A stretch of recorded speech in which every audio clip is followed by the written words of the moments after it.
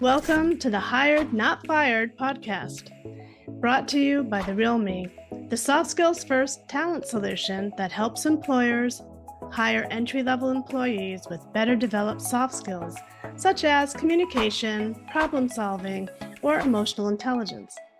Join us as we sit down with hiring managers, talent leaders, and others and get insider tips to help Gen Z stand out and get hired.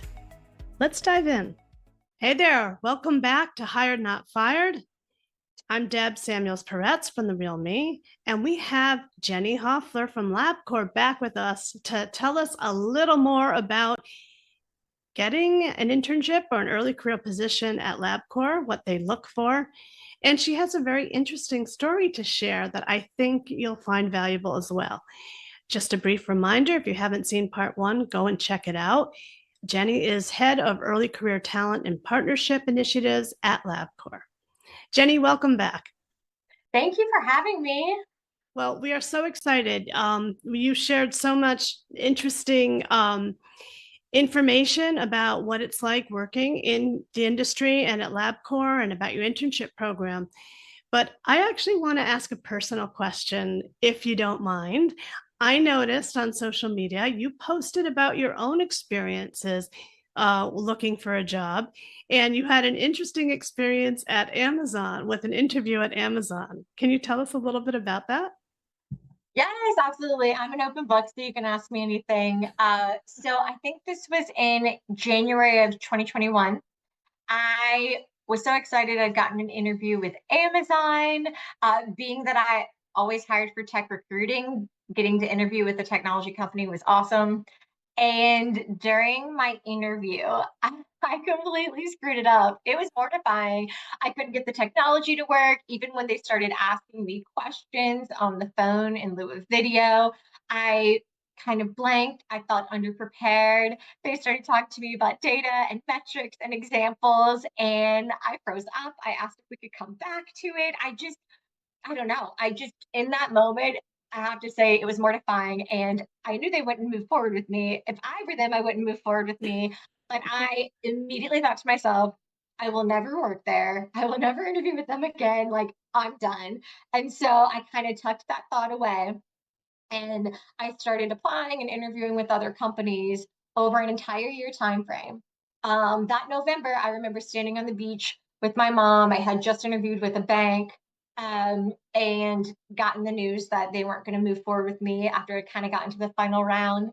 And I felt so just kind of desolate and discouraged because I had done so many interviews and nothing was coming to fruition. Mm-hmm. And it was wild. It was around New Year's Eve, right after Christmas, that a recruiter from Amazon reached out to me on LinkedIn and wanted to talk to me. And I was shocked. We did a call. It went really well. I was still shocked. But I will tell you that I felt more prepared and I ensured that I prepared myself as much as possible with my examples, with my data, my metrics, that I said it all out loud in front of the mirror to hear myself say it. All the things that I tell students to do, I was like taking my own advice. Um, but when it came to it, um, I went through the rounds of interviews. They call it the loop. And basically, you meet with four different people, up to five, for 1 hour each. So I spent over four Wow. hours for the final round. That was after multiple interviews in between. And they have to decide whether you raise the bar. They do a whole 1 hour debrief on it. I learned that when I started working there and I started sitting in on loop interviews, but I have to Yeah. tell you, it's fascinating. All that to say, I got the offer. And listen, I'm just as shocked as anybody else here that I got the offer, but I was thrilled. And I wanted to share that out on LinkedIn because I wanted to tell people, even if you're discouraged, even if you fail miserably like I did, there is still a chance and you can still redeem yourself and you can work towards something. And there's hope because if it worked out for me, it can definitely work out for anyone else too. Yeah, that was my next question. What advice do you have? And before you actually answer that, I'm going to say I think we all have those examples, right? I remember many years ago, I was in a job interview for a role that I knew like the back of my hand. And in the interview, all of a sudden my mind went blank, right? And it's like I had no idea what was going, probably nerves, right? We all get nervous. And then I walked out of there, and obviously I did not get the job because my mind went blank and I sounded like I didn't know what I was talking about. And afterwards, of course, something better came along, and I'm so glad I didn't get that job. So, yeah, I love how you said you took your own advice, right? And you started doing what you've been advising others to do. And so, and I think that's really good advice. Anything else you want to add for students who might feel discouraged after too many rejections?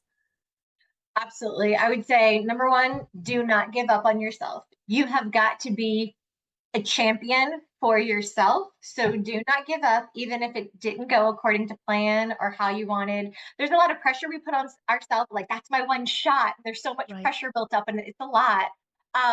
But it is important to feel prepared. So I have an entire notebook. I was trying to see if I had it anyway. I kept this pink notebook, and I would put examples for myself of like things that I had done that demonstrated different capabilities. You can Mm, look up different types of interview questions or just scenarios that maybe you want to use in the future if that situation comes up in a call. And I would look back and kind of remind myself, oh, yeah, I have done this. I am capable of it. But it's good to kind of look through that. It's also absolutely good to review the company and understand their focus, their principles, their mission, ensure that it aligns with you. And then mhm, sometimes you can kind of weave it in to some of the things you're saying to show how mhm, work that you've done or what you're capable of aligns with where the company's going. mhm. And just practice. It is important not just to say it in your mind. I tell students you got to say it out loud. You have to hear Yeah. how it sounds. People don't like to do that, but it is very Yeah. helpful. And So follow maybe, up with a thank you, all the good etiquette things.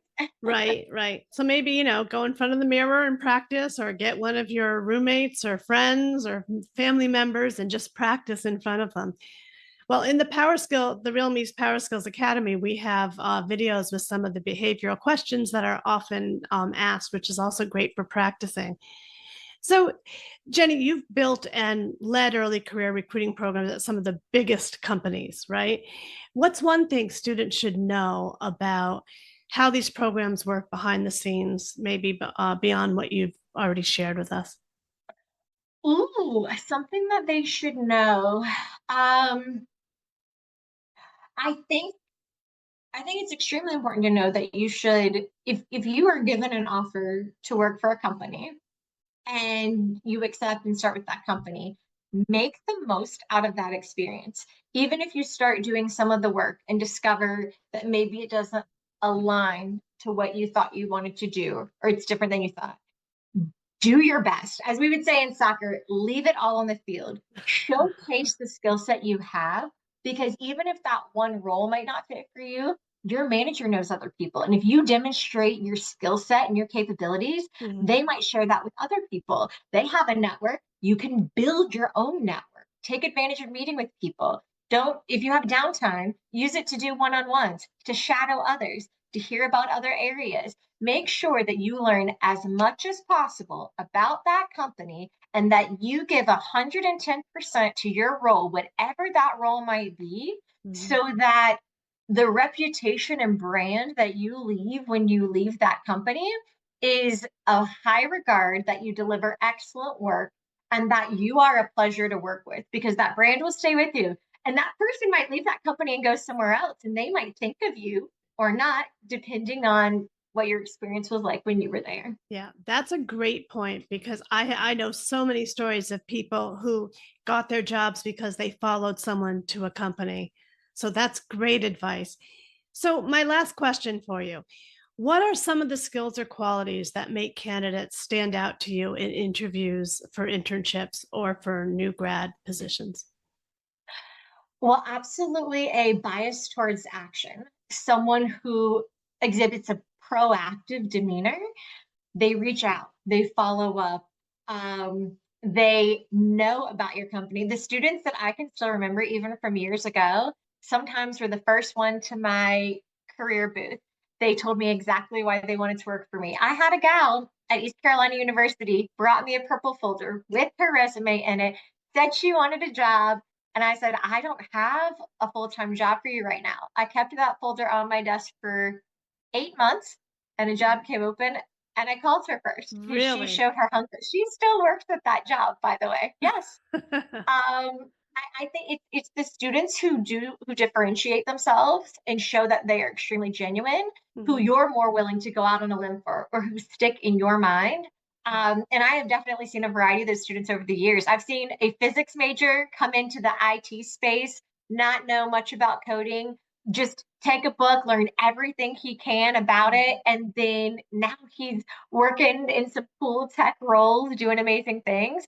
It's those who are willing to be resourceful Mhm. and to dive in and just be a sponge and soak it up. The ones who raise their hands and say, I got this, I'll learn it. That's what I love to see. Well, that is fabulous advice. And job seekers listening, you heard it. You follow this advice, you are sure to win. And remember, if you get faced with rejection, it's just temporary. Keep at it.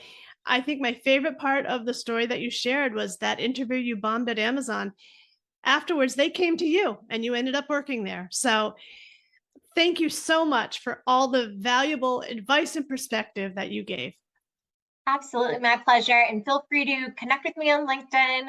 I try to share out information for students that hopefully they'd find helpful, or even for anybody who's searching for a job. I've been through job loss. I've spent 7 months searching for a new job myself, so I can empathize and relate. And it can be tough at times, but hashtag you got this. I know you can do it. I'm here to encourage you. So yeah, thank you for the time, Jen.